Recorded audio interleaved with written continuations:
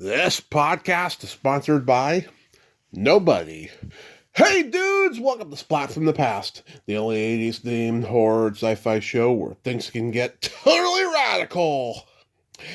Now today I will be welcoming a journeyman character actor from the Wayback Machine, and I will be talking to Terence Goodman.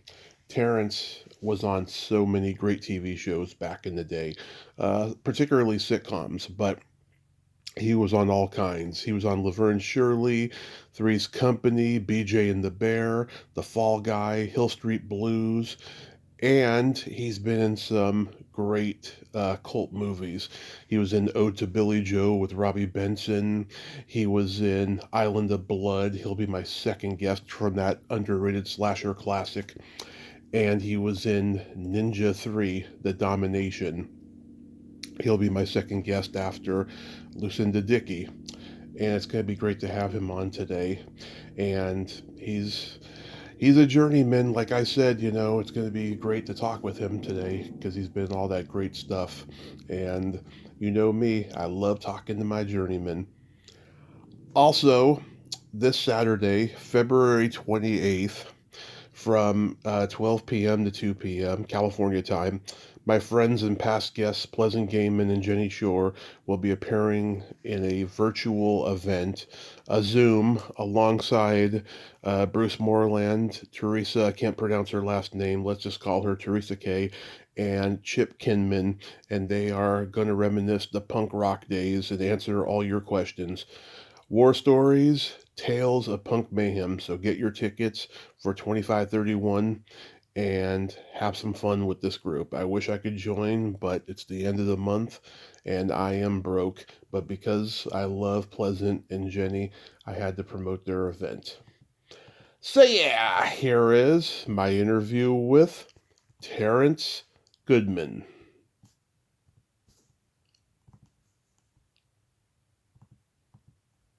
Hey, Terence, welcome to the show. How are you today? I couldn't be better. Awesome. This is such a great honor. Thank you so much for coming on today. My pleasure. So, going back in time, did you gravitate toward acting early on in your childhood? I did. I actually had a puppet show. I come Nice. from Iowa, and I come from a very athletic high school basketball family. Mm-hmm. And I think it was to get attention. And there was a puppeteer that came through Fort Dodge every year. And I went early one day and talked to him and this and that. And he helped me put together a stage. And I started doing a puppet show around the area. And there was a local television show. And I was on that, and I became quite a hit at 13 in Fort Dodge, Iowa. And that kind of got me going. Wow. So, like, being born and raised in Iowa, do you remember the day that Buddy Holly's plane crashed? I do, vaguely. I remember people making a big deal about it. And he had just played in Fort Dodge the night before that. Right. In my hometown. Yeah. And but I was young. I forget, what year was that? 1959. Yeah, so I was 9. I was little. Yeah. Yeah. I mean, it was just as impactful as the Kennedy assassination. I mean, when everybody found out, I mean, the world was in shock. Oh, yeah. You know where you were. Me less so, but as years have gone by, Mm-hmm. I've been to the site, and I've been to Clear Lake, and so it once I realized the gravity of it as I got older, I became much more in tune to what had happened that night. A couple lucky passengers there. What was it? Waylon Jennings didn't get on. Yeah, Waylon Jennings didn't get on, and I think a couple of the Crickets, because they later did a band without Buddy. So, yeah. Yeah. But there was nothing like the Kennedy. I'm a real Kennedy assassination nut. There's hardly any. I know who did it. I can tell you who did it. Yeah. And it's pretty obvious now, but which is unbelievable. That we had a coup right before our eyes and knocked out Kennedy. Whew. Absolutely. But anyway, those were interesting years growing up. Yeah, so you played basketball. Everyone in your family did? Oh, yeah. Everybody, my dad's in 4 Hall of Fames for coaching and umpiring, refereeing, and playing. And my brother's in 2 for playing and coaching. And my nephew, one of them, was voted one of the top 50 high school basketball players in the history of the state of Iowa. And then my other nephew, who I got a scholarship to Utah State, and he went up there and broke like 11 conference records and all that, and got signed by the Warriors for a year. Wow, that's so cool. And then people always say to me, "And what did you do, Terry?" And I say, "Well, I had a puppet show." It's funny. A lot of people from your generation who did puppet shows, a lot of them came from New York. How did you become interested in it growing up in Iowa? Well, like I said, there was a puppeteer by the name of Louis Parsons, Mm-hmm. and he traveled from Michigan all the way down to Mexico every year, and he would hit these small towns along the way, like Fort Dodge. Mm-hmm. And I remember we had to bring a note from home saying that we could go and 15 cents. And he did like 2 or 3 shows for the grade school. And I was just fascinated by it as a little kid, just fascinated by these puppets. Yeah. And so one morning I decided, I'm going to go help him unload the morning he comes. And so I went over there, and we became kind of friends. And he said, I've got a place in the show right before we start, the main show, where he had puppets on sticks, just heads of horses and things like that. And he would give them to kids and put them behind a curtain, and he would play on the piano, and you would do the puppet. Yeah. And I did that, and I got laughed. And that was it. And you probably saw Howdy Doody and Captain Kangaroo and all those kids shows that had puppets. Yeah. But then I got my own. And then that really, really was like the greatest beginning acting training that I could have ever done, because I played all the characters. I did the music. I built the scenery. I did the lighting. I did everything. And I got laughs from children. Just got tons of laughs from children. I mean, that just got me, just the laughs. That I could do that was great. But it gave me great training. I did the women's voices. I did all different kinds of voices. And, man, it just helped me once I started taking it really serious in college. Yeah. So where did you attend college? I went on an athletic scholarship. I mean, I make myself out to be like I only had a puppet show, but I got third in the state a couple times in the Open 880, and I went to school on a track scholarship and played football at Arkansas State University, Harvard of the South. Or that's what I say. Were you the only one in your class who went on to have a successful acting career? Yeah, I was the first out of that university to ever go on Broadway and ever have a movie career and to do it. But since me, several other people went. The guy that does Squidward, the voice of Squidward, was a classmate of mine, a couple of years younger than me, by Roger Bumpus. Yeah. His name. And we went to school together. And Debbie Benson went on on to do some movies. Oh, yeah. And but I was the first. But I came from the north, see, and I came down there with my big mouth, and I was going to go to New York right out of school, and and by God, I did. Yeah. So did you do any theater there that you are proud of that stands out? Where, at Arkansas State? Yeah, in college. Oh, yeah. I mean, it really did. That's where I got the idea that it's a craft and it's a skill, and you have to research and you have to take a very, it's not a matter of just memorizing lines, which I never did very well ever in my life. Always was a problem. But see, I came up idolizing Brando, and Brando never memorized lines. Yeah. So I didn't either. And that became a problem later on. But I did Streetcar Named Desire was my first one there, and I won Best Actor in the American College Theater Festival in Dallas. And I think we were supposed to go to Washington, D.C. To compete in something. Something happened, but we didn't. And then the next year, I won Best Actor for playing Harry Rote in Wait Till Dark in Dallas. Wow. Yeah, so those were good. But then I did. They had never done a musical in years and years and years at Arkansas State, and they decided to do one.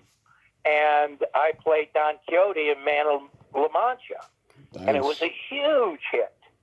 And that really kind of set me off on my love of musical theater. And then from there, I went right to New York. Yeah, so you did a production of Damn Yankees with Ray Walston reprising his role as Mr. Applegate. That must have been an amazing experience for you. Oh, yeah, I was just a kid. And even a bigger experience was Gwen Verdon, who did the original. She was a legend and still is on Broadway. And we became very close. And you didn't get real close with Ray, but close enough. Close enough. We had a lot of laughs. I went up on a line and in a song and started making up stuff. Yeah. And during the thing, he came up and said, "Who was that was making up a new song out there?" That was Goodman. Oh, he thought that was the funniest thing ever, man. So it was good times with him, and he was a real character, though. He was a real character, but a real legend, Yeah. I'm just thrilled to death that I got that job. He directed our production as well. Wow. God. So he was doing double duty there, and everything I ever saw him in, he was just fantastic in it. Yeah, he really, in The Sting, I loved him in The Sting, and Silver Streak. He was just great. Just great. But I was surprised he was doing this again. They must have given him a lot of money, and I think we were going right to Broadway with it. And we did it just off Broadway. I don't know if it's a Broadway house or not. Town Hall. We did it there for a week, and then she got Chicago. And that was that. And Eddie Mecca was in there, who later became the big ragu on Laverne Shirley. Yeah, Eddie was my boy. Me and him, and another good friend of his that was in Jumpers, John. I forget what John's last name, but we palled around. Oh, we had some good times. Eddie was a piece of work, I tell you. He was a piece of work. God rest his soul. Yeah. He went way too early. Way too early. He had it kind of tough after Laverne and Shirley, Oh yeah. Then you did Jesus Christ Superstar with William Daniel Gray as Jesus. How was that experience? Oh, that was fantastic. That was the first national tour, and I'd come into the original Broadway production right at the last 2 weeks of it, because I was going out on the tour. And so I came in and got to do 2 weeks with the original cast. But that cast, by that time, was the same cast that was pretty much going on tour. Mm-hmm. So, but it was great to work with Teddy Neely, and Carl Anderson and I became very, very close friends. And really outside of it, he had a hit song with Gloria Loring, and I was a regular on Days of Our Lives. And he came on as a guest to sing the song with Gloria during a couple episodes. And so we re-hooked up, and I found out he was living like 3 blocks away from me in Venice. So, yeah, he was just tremendous talent. Just a tremendous talent. Yeah, and I've met Ted, and I've interviewed him, and I've interviewed Yvonne. Yeah, they are just legends. They've played those parts for so long that you begin to think that they really are those characters, especially Ted. I mean, I am convinced that Ted Neely is Jesus. Well, Ted thought he was Jesus. Yeah, he still does. Yeah, I know. Yeah. I know. But I tell you, it does. Now, I did it on tour for like a year, and then I went up to Alaska and did it for 6 months up there, and then I did it somewhere else. And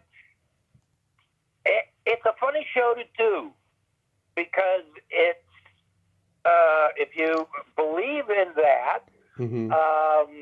it's rather, it takes a lot out of you every night to do it right. And it really drained a lot of people. But Ted, he got so much adoration. I mean, we'd come out the Mark Dillinger Theater, and there would be 300 people with Bibles, Mm-hmm. all calling him Jesus. Yeah. So what do you do after years and years and years of that? and you know, he starts to think, well, maybe I have qualities of Jesus, or then one thing leads to another. Before long, he is Jesus.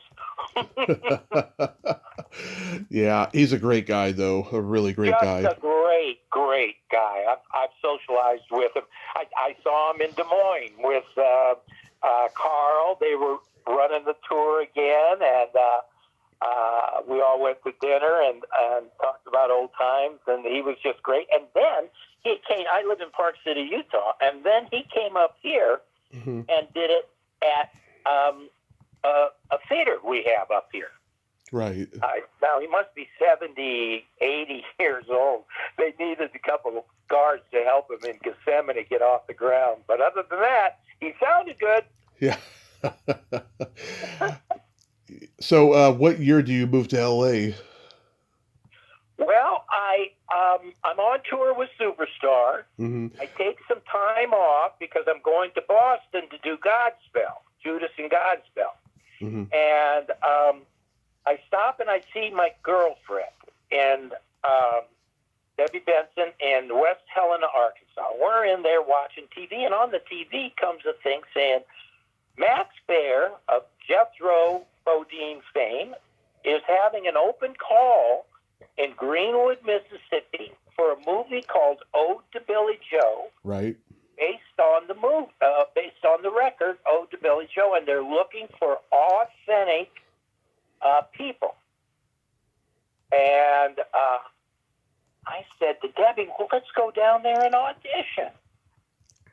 I mean, you know, there'll be a bunch of local yokels down there. We'll look like the greatest. So we go down there, and I don't know, it was packed. It must have been packed. It was at a Ramada Inn. Anyway, went in and read for Herman Rosher, who wrote Summer of 42. Right. He had written this. And Max and the two producers in there. There were a couple characters. But so read for them in a hotel room, and boom, boom, boom. They said, well, stick around, stick around.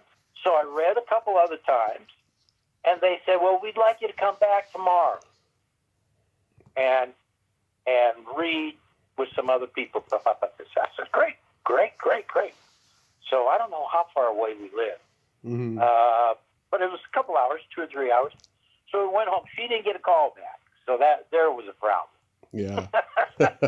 On the ride on the way home. And so I went back the next day, and I read with some people, and they said it was great, and I was working with Herman Rosher on some of the dialects, because they wanted real people that had real dialects. Well, I was from Iowa. I didn't have in real life, I had no dialect. Iowa has no dialect. And, but thank God I had gone to Arkansas State for 4 years, so I had an authentic dialect, and I think that got me over the top.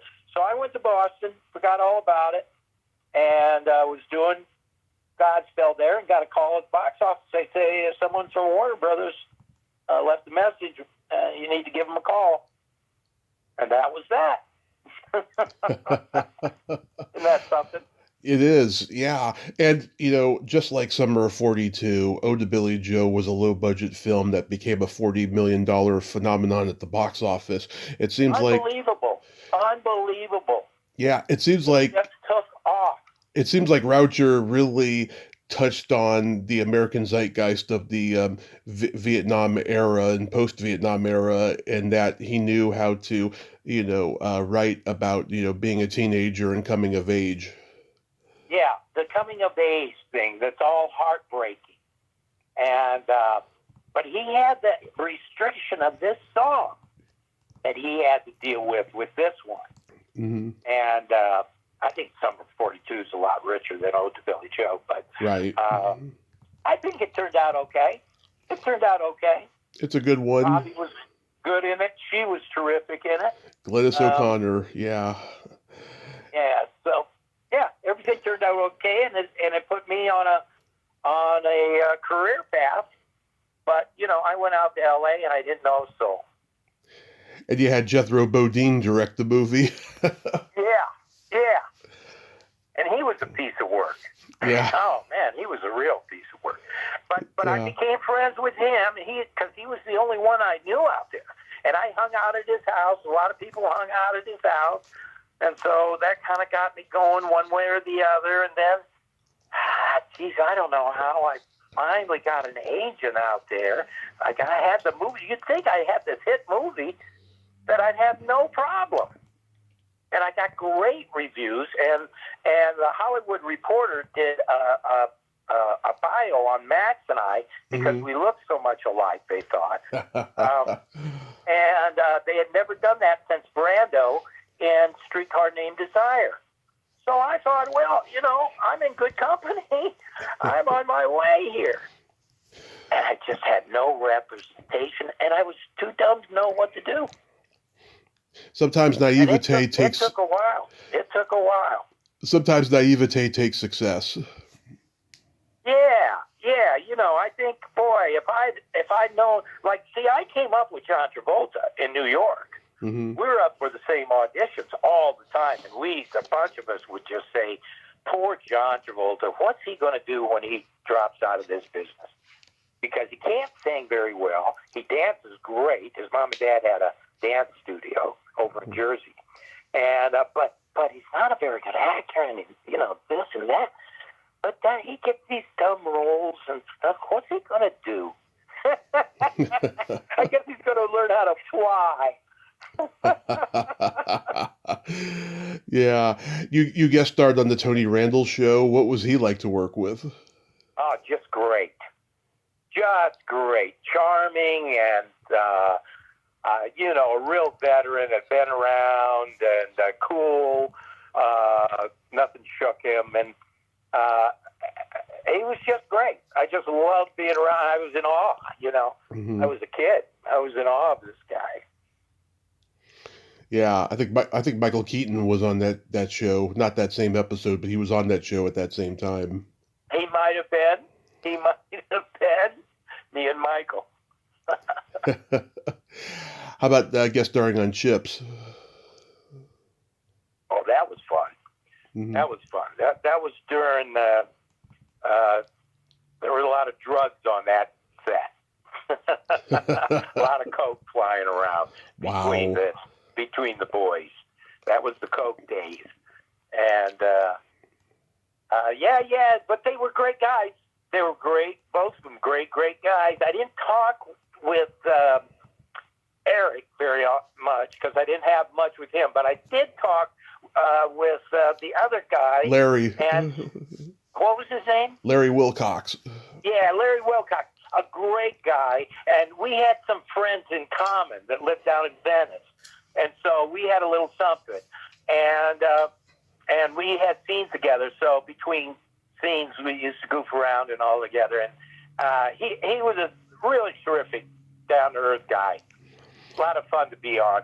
But, that was a lot of fun. But it was a crazy set, too.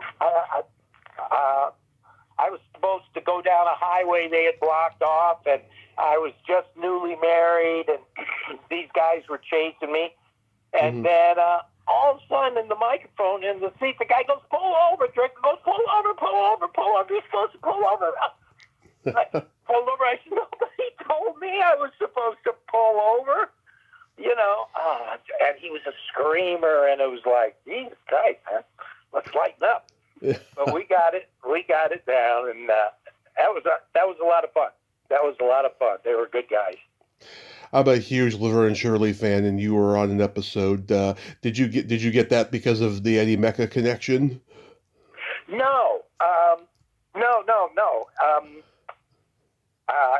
Eddie was surprised that I was. Oh man, I could. He said I saw your sheet and your name was on it, and that was a wild. Mm-hmm. That was a wild set. They've been doing this for a while, mm-hmm. And she had just Penny had just split up. Yeah. With Reiner at the time, and he was on the set. He had come to the set while we were rehearsing. So there was a little tension there, and Shirley was a little uppity. Mm-hmm. She didn't deal with the guest stars. Yeah. Much. But Penny was, and then when they were together, then they would both. Penny was acting like she was going to go underneath the table and give me head, and they all laughed.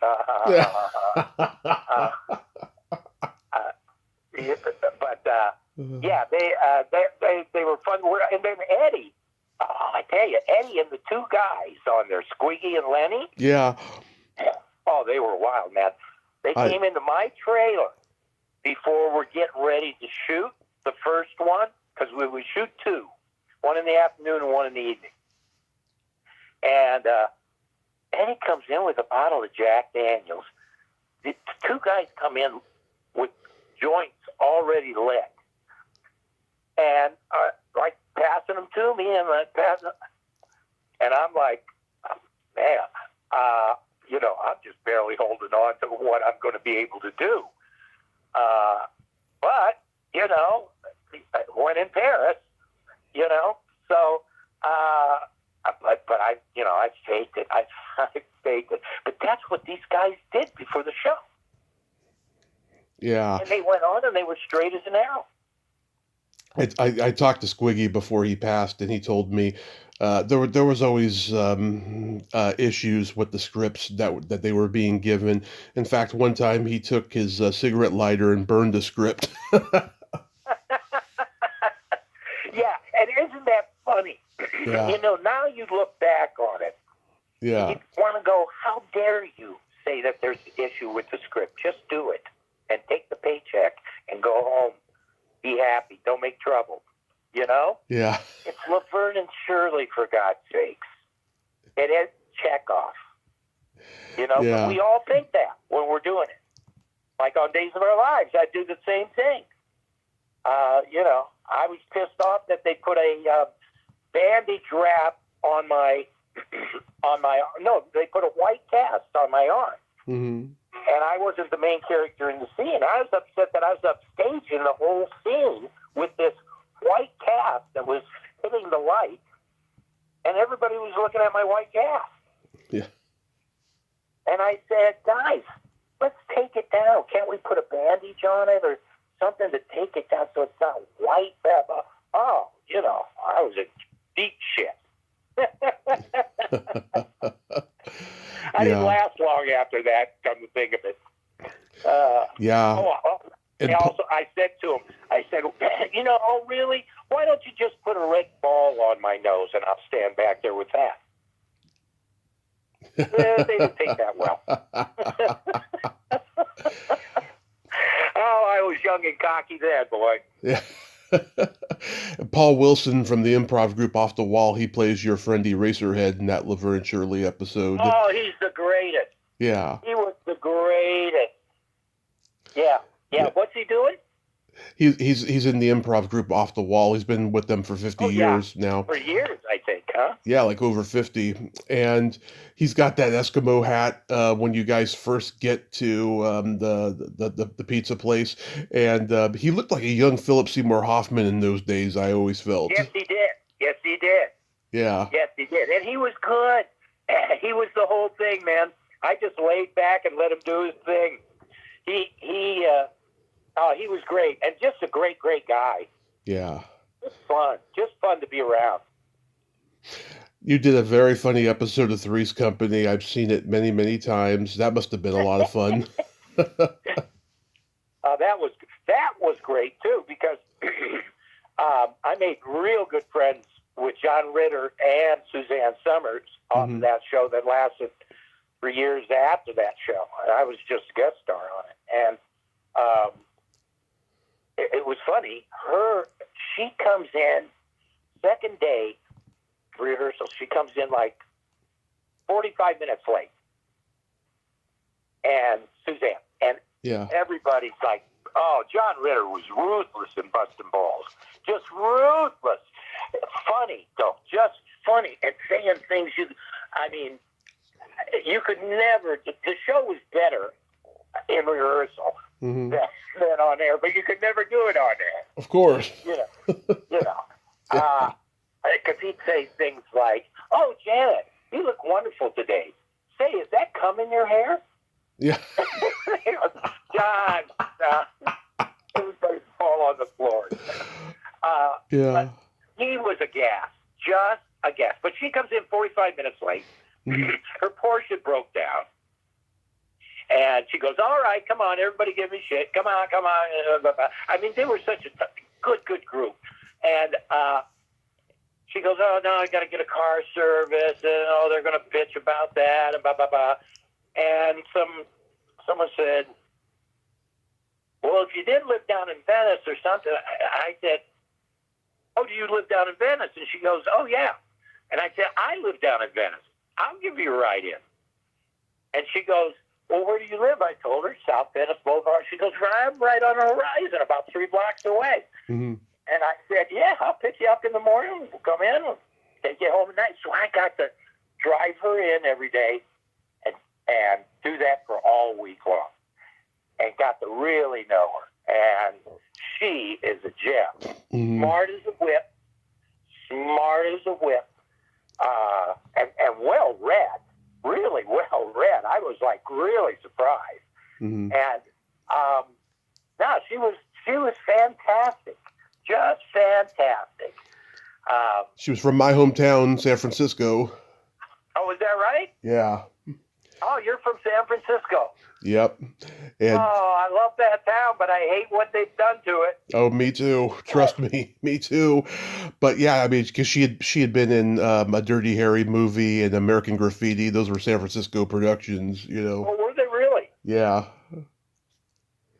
And yeah, I mean, she was a legend over there. Oh, sweetie. I mean, a sweetie. Through and through. And her husband was too. Of course. Yeah, they lived on Horizon. On her picture that she signed for me, she goes, "When you're running," because I used to run down the Speedway, and she was on Horizon right straight up. And she wrote, "When you're running down Horizon, look up, and there'll be a little blonde head poking out from my hot tub. And say hi." And she was just great. Just great. And Barry Young. And like I say, John Ritter was just a match. Just a match. Yeah, I've heard nothing but good things about him. And I still have a hard time getting over that he just had so much positive energy. Just so much. Everything was good. Everything was going to work out. And everything was funny. Everything was funny. Yeah. At your expense a lot of times. But good guy. No malice. Not an ounce of malice in him. It was a shame he went so early. You play... He beat me out for a role, though, damn it. Oh, yeah? On the Waltons. Came down between him and me on the Waltons for a minister. The priest, yeah. The minister on that. And he got it. I said, who is this guy? He said, oh, his dad's Gene Autry or something. Oh, okay, all right. Yeah, you play one of Barry Youngfellow's roommates. Yeah, she died not too long ago. She was great. Yeah. And Peter Mark Richmond, who plays Chrissy's father, the priest. Yeah, nice guy. Did a lot of stuff. He holds the record for the most TV guest star appearances in the history of television, like 500. Is that right? Yeah, I don't think anybody will ever break that record. I nobody would ever know that. Yeah. I didn't think he worked that much. Oh, yeah. And it's like everything I ever saw him in was mostly television. I mean, he only made maybe 10 movies the most in his whole career, but he was like, yeah, over 500 guest star appearances. And he was on Twilight Zone and Alfred Hitchcock Presents and probably Westerns, everything. Oh, man. That's interesting. Do you know who's probably not, you're a movie guy, but a guy that's done the most musicals on Broadway? God, that's good. Any idea? That's God. Howard Keel. No.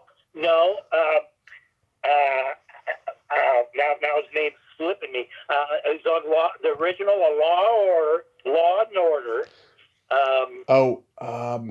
Waterston? No. Moriarty? No. The old time. Stephen Hill? No. Original in Chicago. Starred in Chicago.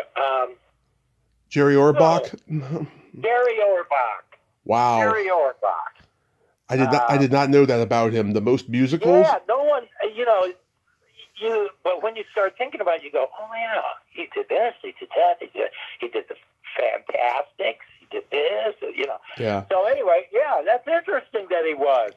Yeah, he was a very nice guy, but very, his look was very intense. He had a funny look.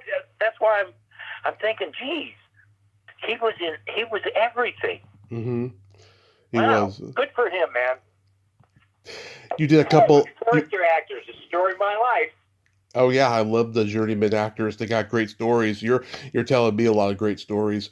You did a couple BJ and the Bear episodes. It's funny. I'd never been a huge fan of that show, but it was always one of those shows that everyone made fun of because it could never be made after the early '80s. Like, what was it like to work on that show? Well, I got to tell you, it was bittersweet because Mm-hmm. I was supposed to do that show. Mm-hmm. It came down to Greg Evigan and myself. Yeah. And we're doing the screen test. They got a semi-truck trailer, and they got it all lit in the studio and this and that. And Greg and I are there, and we knew each other from Superstar in New York. And he's really interested in being a rock star. And he's like, oh, I don't know if I want to do this and that. And Oates Billy Joe had been a hit around that time. And so was Burt Reynolds. And so that Southern drawl kind of character Mm-hmm. was popular. And that's what I was doing. And he was doing it as a New Yorker. He was from New York. Mm-hmm. And he says, well, I tell you, they better hurry up. I got studio time booked, and I'm leaving. And I just thought later, God, if he had left, I'd had a series for 6 years. anyway, I went in there and did my yada yada. He went in there and did his yada yada, and he got it. But the producers loved me, so they had me come back for 2 episodes, which was very, very nice. Mm-hmm. Yeah. So how do you come to be cast in Island of Blood? Oh, man. This is funny. Mm-hmm. There was a character by the name of Jack East. Yeah. Do you know that name? Jack East. It sounds. Hollywood Reporter. Oh, okay. Yeah. Yeah, he was a flamboyant writer for them. Very, very good, though. And had some weight. Had some real weight with the reporter. Anyway, he took a liking to me after he saw me in Ode to Billy Joe. He kind of took me under his wing, so to speak. And he knew Bill. Bill Nod. Yeah, the producer. Yeah. Right? The director and producer, yeah. Yeah, and he put me in touch with him, and we were in Carlos and Charlie's. And he had this idea for a film. He was going to do it all on his credit cards. And I had heard this yada yada before from other people, you know. They got an idea. They're going to do it there. All right. And I want you to star in it. all right. So, by golly, I mean, he was a con. Bill was a con. Oh, yeah.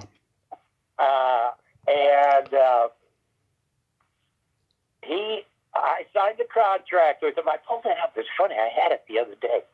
I was to get paid a portion of it, of the profits from it. Mm-hmm. Which I knew at the time I'd never see a penny. But I thought, I'm a young actor, and I thought, hey, more time you're in front of camera, Terry, the better. And so I took it as an opportunity to do that. And, you know, I didn't have much experience. And so it was useful in that respect, although it was just so sloppy and thrown together. And, just a mess. Just a mess. And I ruined a sweater and a pair of pants with blood on it. And, it didn't wash out. It didn't wash out, though. But, I never said anything. Never went after him for a dime. Because he must have made some money from it. Yeah, and I talked to Jared McVeigh before he passed, and he said that Bill owed him money until the day that they died. He hated him like crazy, you know. And I interviewed Bill Nod's niece, Melinda Nod, who was on every sitcom in the '70s, and she told me some pretty bad stuff that I won't repeat, you know, off record. She told me, but yeah, I mean, back then. About Bill, yeah. And the slasher craze, you know, was going on at that time after Halloween, and just everyone was making a horror flick. Even, you know, guys like Bill Nod, who came from the game show world. Right. You know, yeah. And Stephen Tash was in the movie. Do you remember anything about him? No. Can you tell me the characters at all? The characters? Do you mean the name? Or what they played. Yeah. Now I had a wonderful time with a girl that was on there named what was her name, Joy or something like that. She's the one that kills me in the end. Oh, that's Barry Suber. She played Betty Jean. Yeah, Barry Doug. Yeah. I loved her. Oh, we had a time. We had a good time together off camera. Just laughed. But her and there was. I'm trying to think of the other people that were in it. Marie Elise Ricasner, who became a soap opera star. Rick Asner? No, Marie Elise Ricasner was her name. Oh, okay. Yeah. She became a soap opera star. Yes, she did right after that. Fantastic. I think she's still doing them today. I don't know. Stephen Tash, he played the nerdy Jewish guy Phil in the movie. Yeah, he did Ghostbusters right after this, and John Carpenter's Christine, and then he got out of the business. All right, well, good for him, man. Anybody else work? I don't know. Everybody else is like MIA, what's her name that we just said, Barry Suber. She's MIA. I don't think anybody knows what happened to her. Yeah, she got in touch with me years ago, Mm-hmm. like 3 or 4 years ago, out of the blue. And but that's all I heard from her. She's alive. Yeah. And the kid that got the knife in the pool. Mm-hmm. Who was that? I don't remember, but I do know. I do remember that scene though, and I remember. It was so cheesy. Yeah. The whole thing. And He put it together. You know, you yeah. got to give it to them. He put it together and got it out. And I remember, of course, the Walkman hanging, and it's always playing. You know, Yeah. That's like that's like the benignly scary element of the movie. Every like slasher movie back then had to have something like that. You know. Yeah, exactly. It was a weird thing. Who were the older producers? I'll look that up for you. They were a sweet couple, and I knew that they were getting taken advantage of. Mm-hmm. They kind of knew or didn't. There was Thomas Spalding and Pamela Scrape and Sally Rohde and Jimmy Williams. They were the other producers. Yeah, it was Sally, and who was on set all the time, and then a taller guy with a beard. Older. That's probably Thomas E. Spalding. Yeah. So nice, and I felt sorry for him because I knew. And they were keeping it going, man. Yeah. While he was just fucking off, they keep it going. They were like first ADs on it because it was their money, I think, that was in the main money. Right. And I can't believe the movie was called Who Done It at first, because that sounds like a murder mystery, you know? Yeah. That's Islands of Blood. Yeah. Oh man. You know, it's one of those movies. I don't think I ever put it on my resume. Really? I don't blame you. I didn't have room for it. Holy smokes, no. But Yeah. it was an experience, and I knew I was getting taken. And, you know, you wore your own clothes and ruined clothes and this and that. Yeah, but, looking back, because I was the lead and all that, I pretty much got my way on things that I'd suggest. Yeah, do it. Yeah. I mean, we were in a warehouse or a school with no electricity, no heat. It's pouring rain, and it's coming through, and it's the big killer scene where somebody gets shot, maybe me, with an air gun, a nail gun. Yep. You remember that at all? I haven't seen it. Can you pull it up? Oh yeah, it's on Tubi actually. Oh, is it? It's on Tubi? Yeah. Oh, I might have to, have a couple martinis and sit down and watch it. I don't think I've ever watched it. I mean, I think I watched it originally. Did he have I don't think he had a premiere of it or anything. Yeah, I don't know, but it's definitely on Tubi. I watched it the other night. Oh, did you? Yeah.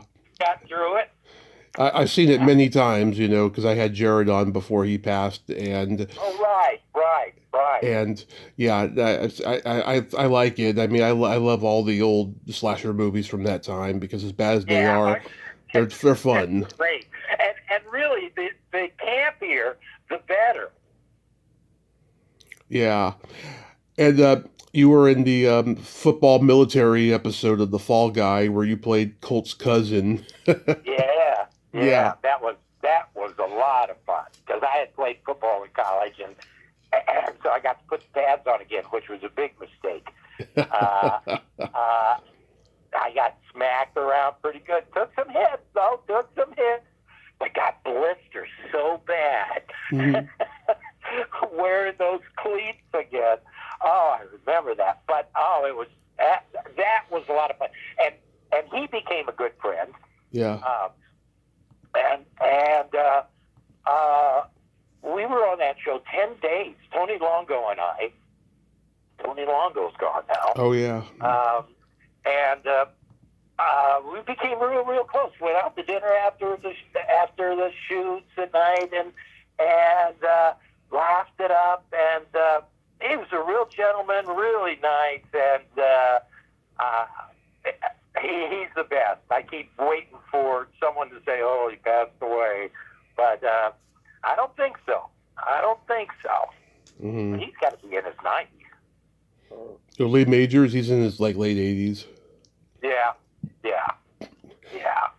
But no, that was great. And working with Tony Longo was great. He was fun, and the girls were really loose and great and flirty. And Heather Thomas. So it's Heather Thomas, and it was funny. The other girl on it was Carrie somebody or. Who was the other girl on there? She kind of played the straight girl. Oh, Marky Post? Yeah, Marky Post. Mm-hmm. Oh, she was a gem. And she was in makeup, and I came in the first day, and she went, "Oh, to Billy Joe." Yeah. I went, "Very good." I said, "You made my day." She was another one. I love that movie. She was another. I love you in that movie. She was another one from the Bay Area too. Is she? Yep. Oh, whatever happened to her? She was wonderful. She died a few years ago. Oh, did she really? Did Yeah. I hear that? Maybe I did. Yeah. Of what? Of breast cancer or something? Or? So I think something related to that actually. Yeah. Oh, I'm so sorry. She was a good one. Mm-hmm. She was a real lady, and just terrific. You know, Mm-hmm. she was one that you hated to swear around. Yeah. You know. Yeah. But wasn't prudish at all. Nope. You just had respect for her naturally. Of course. She was a good one. That's too bad. How about working with Bob Newhart on his show? I didn't have a lot to do with Bob, but what little I did, charming. I got that because the writer-producer of that, Barry, what was Barry's last name? We went to high school together in Fort Dodge, Iowa. Barry Kemp? Barry Kemp. Yeah. We were in Alice in Wonderland together. I was the Mad Hatter, and he was Humpty Dumpty. So years later, we lose track and this and that. And I get a call and said, they want you to do a guest spot on Newhart. I said, who? Barry Kemp. And they're like, oh, Barry Kemp called himself. And I was like, Barry Kemp? Oh, Humpty Dumpty? Yeah. I said, yeah, he's big shot. He did Taxi, was his breakthrough show. And then he did Newhart, and then he did something else after that. But he was big time. But, working with him was great. And, a real sweetheart of a guy. Real relaxed. The more successful actors are, the less problems they are. Right. Right. They don't have to be a problem. They're not insecure. They got nothing to prove. I tell you who was a pain like that was when I did the Fall Guy. Uh-huh. And I can never remember his name. He played Santa Claus. David Huddleston. Yeah. Oh, a nice guy on one side, but a real diva on the set. Yeah. He was at that level where he had done so much, but he wasn't an A-lister. Right. He was still in a B-lister, and he was resentful of that. Yeah. Wasn't considered an icon, or wasn't considered whatever he felt he needed to be considered. And he would just, I'm only going to do 2 takes. Really? Come on, man. I tell you who was really terrible was Wilford Brimley. Oh, I've heard. He was the worst. I got stories on him. He was great, though. But yeah. But then on the other hand, Holston is good friends with James Cagney at the time, and gets me a signed picture of James Cagney. Oh. To Terry, best wishes, James Cagney.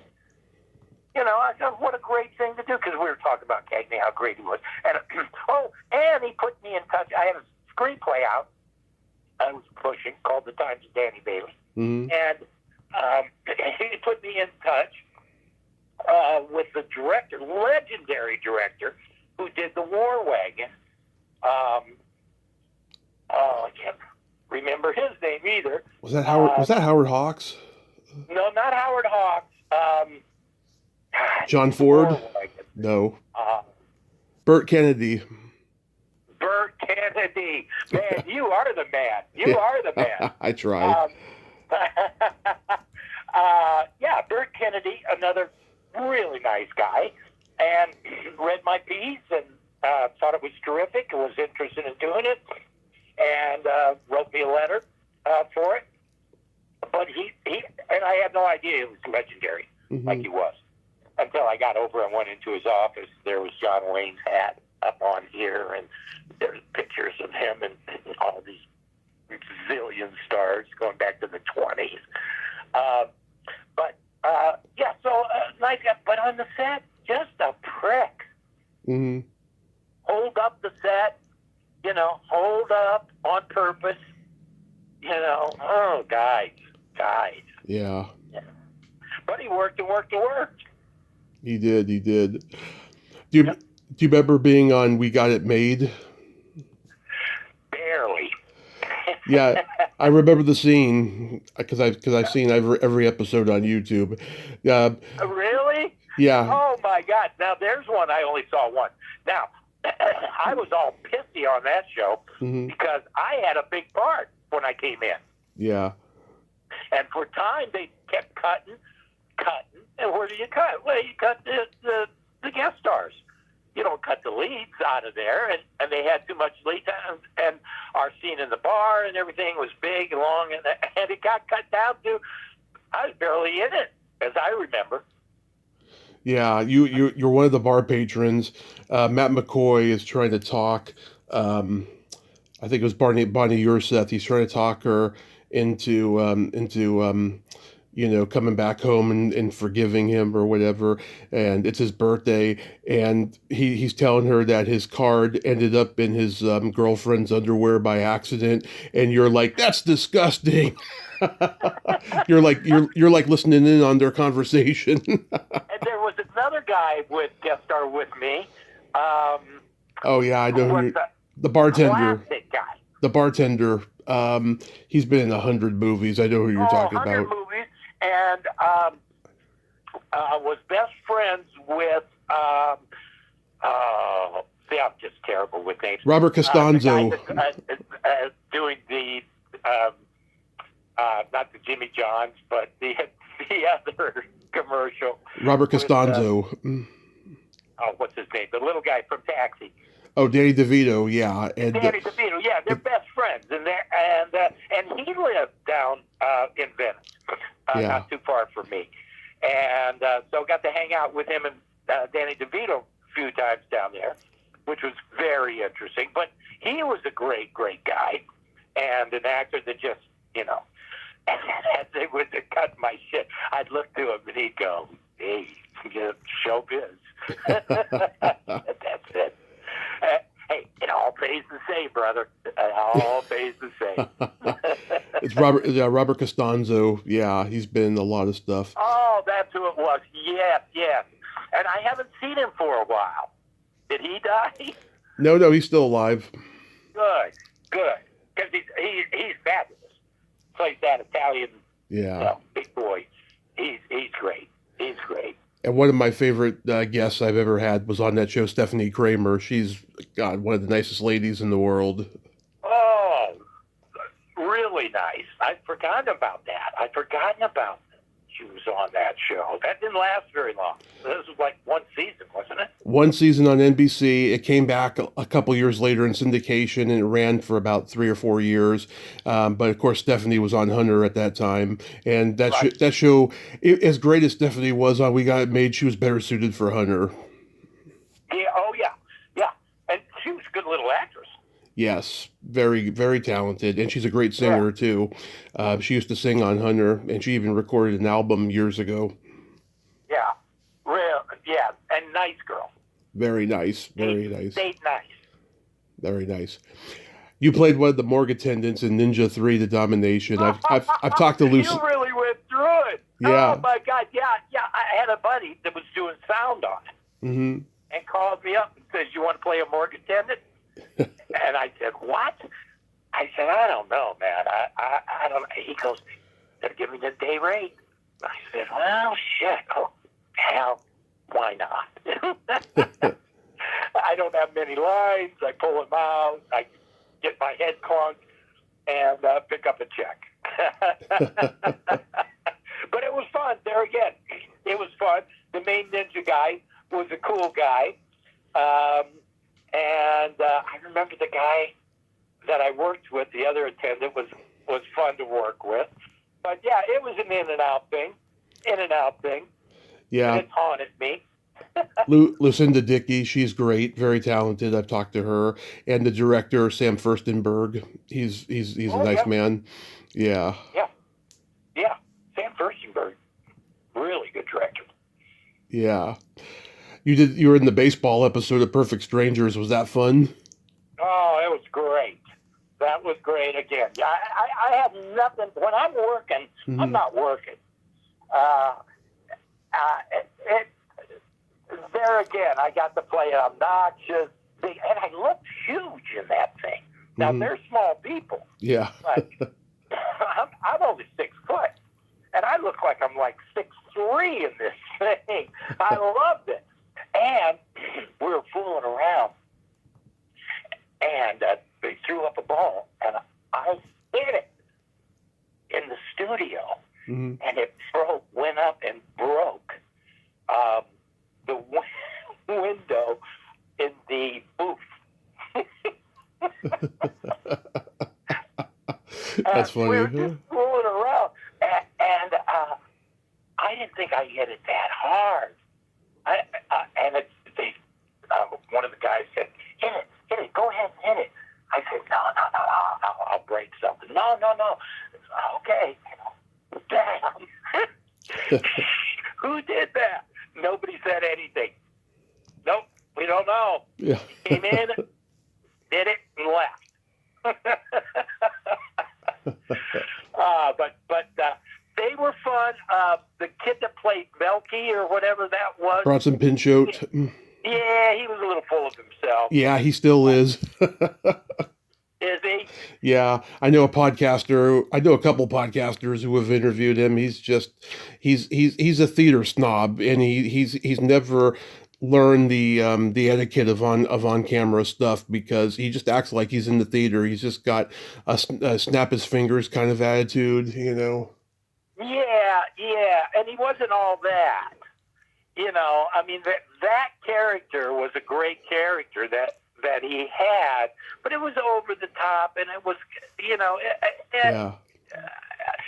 It wasn't toilet humor or anything, but it was slapsticky is what it was. Clever. It wasn't clever. It was slapstick. And, yeah. You laughed at him because, he was over the top, but it worked. And then the other guy really has gone on and done great things and had a great career. Mark Lindbaker. Did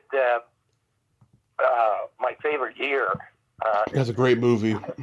Yeah, great movie. I would love to play the drunk on that. Yeah. O'Toole. Alan Swan. Oh, yeah. Oh my God, he was brilliant. I just love that movie. But Mark did a great job in that. But he's come back, you know. He's diversified, and he's a tough character to cast. Oh yeah, and well, Louis Anderson played Larry in the original pilot. This was actually his sitcom, and he claimed before he died that the show was stolen from him, and he was fired and replaced by Mark Lindbaker. Oh, is that right? Yeah. Wow. Who was that? Louis Anderson, you know, the overweight stand-up comedian. Oh, really? Yeah. Well, it would have given it a whole different twist. Oh yeah, I mean, because they're both funny guys, so that's why he got replaced, because you know you can't have two funny guys. You got to have a straight guy and a funny guy. Yeah. And he's not a straight guy. He's funny to look at. It's funny what he says, and I love Louis Anderson. Absolutely. Yeah. And what more I wanted to bring up was First and 10. I used to watch that show when my parents were asleep when I was a kid. Hey, I got to work with OJ. OJ, yeah. Who, before the kill, again, the greatest guy in the world. Everyone thought that about him, yeah. He's the greatest guy in the world. Yeah. You know, I said, and my friend who's soundman was working on that too. Mm-hmm. So I said, you got to introduce me to OJ, man. And I had a scene with him. And so I went up and I said, hey, Earl said, hey, Terry, O.J. Simpson. I said, O.J. Simpson, the greatest running back of all time. Oh, I like your friend, man. I like your friend.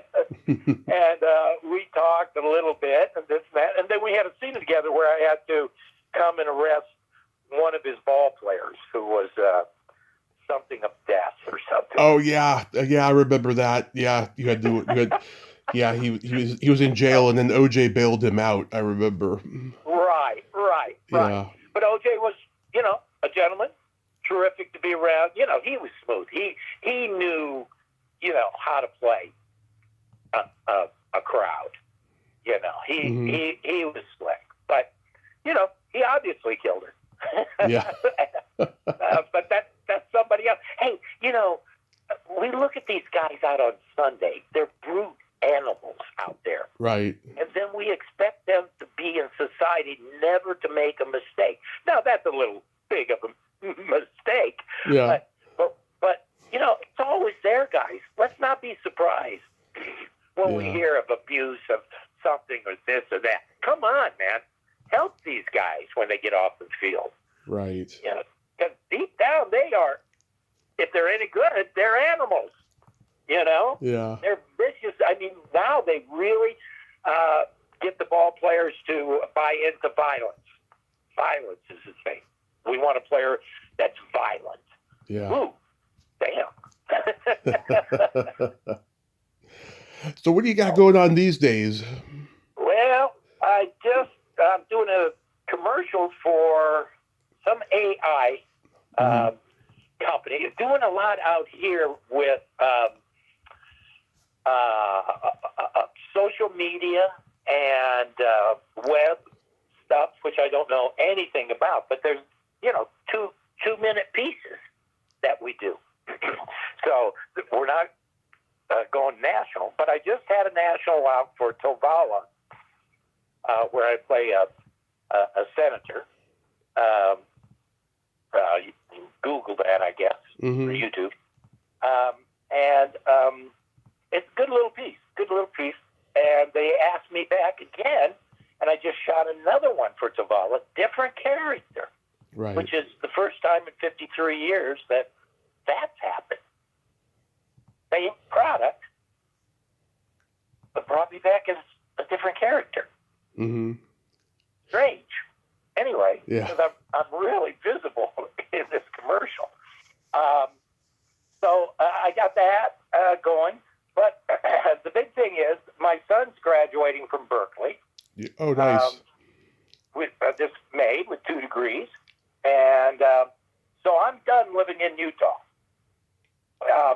And I'm moving back to New York in August. Nice. So, yeah. I'm looking forward to that. And I've got friends back there, and I'll get an agent back there and see what I can pick up. But yeah, it's been fun out here, but it's nickel dime stuff. But I kind of had to stay to raise my son. This is where my ex-wife is from, and so it was a whole mishigash. I could have gone back to New York and left him here, but I thought, not in Utah. What year did you leave LA? LA, I left. Well, the writer's strike happened in 80, I believe it was. Yeah. And I came up to Utah. That's why I'm here. I came up to Utah and got my master's degree at Utah State during that time of the strike. Strike was over, and I met my ex-wife, and we came back to L.A., and we left in, graduated in 94. Okay. Went back to New York, 94 to 2003, and then I taught 3 years at Iowa State University, and didn't like that. And then she wanted to come out here and have a kid, and this and that. So that's what we did. Yeah. And so I've been out here in house arrest for 22 years, and could be worse, but got a great kid out of it. He was valedictorian at a great high school here in Park City, and got in at Berkeley, and going to, like I said, graduating with 2 degrees with honors, and very proud of him. He's got a job in New York at Palantir, so both of us will be in New York, and yeah, it'll be great. We'll see what happens. I'll be the new old man in town, so you know, I'm perfect for Gilded Age, so yeah. I'm expecting that. That is wonderful. God bless you. Do you love still acting? Oh yeah, I do. It's what I do, and it's the only thing that I really do well. I don't cook well. I don't know a hammer from a nail, but I can act.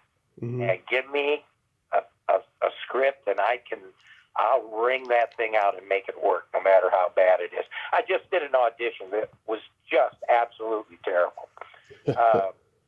It went from his niece or his granddaughter comes in. She's a teenager. He says, "How you doing?" And she goes, "Oh, I used to feel kind of excited about everything, but here lately I just kind of feel blah." And he says, "Well, when I was in the war, I saw things that I shouldn't have seen, and this, like, how the hell do I make a transition on that?" The little girl's just got a little blues problem, and you go into the bloody thing on the war. What? Who wrote this? So anyway, I'll make that work, and I get away from doing a lot of religious stuff here in Utah. Have you ever thought about writing a memoir? I have, because I do know so many people and had so many great relationships and experiences along the way. I bit by bit, I'm putting stories down and thinking about kind of an arc to it, and this and that. I better do it pretty quick. I don't have long left. Yeah.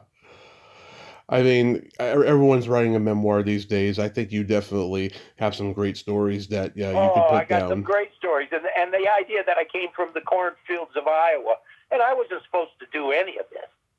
So I just feel blessed every, time I get a job.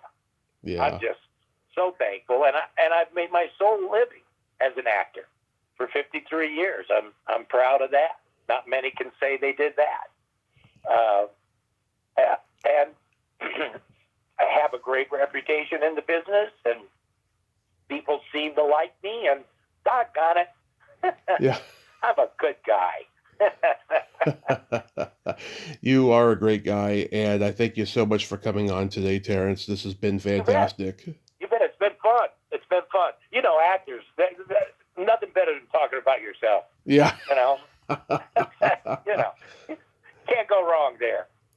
Absolutely. You have yourself a great day. Be safe. And like I said, write that memoir because those stories need to be heard. Oh, that's great, man. All right. Bye-bye. Bye bye. Well, there you have it. Terence Goodman. Ain't he a cool dude? Wow, that was a great conversation.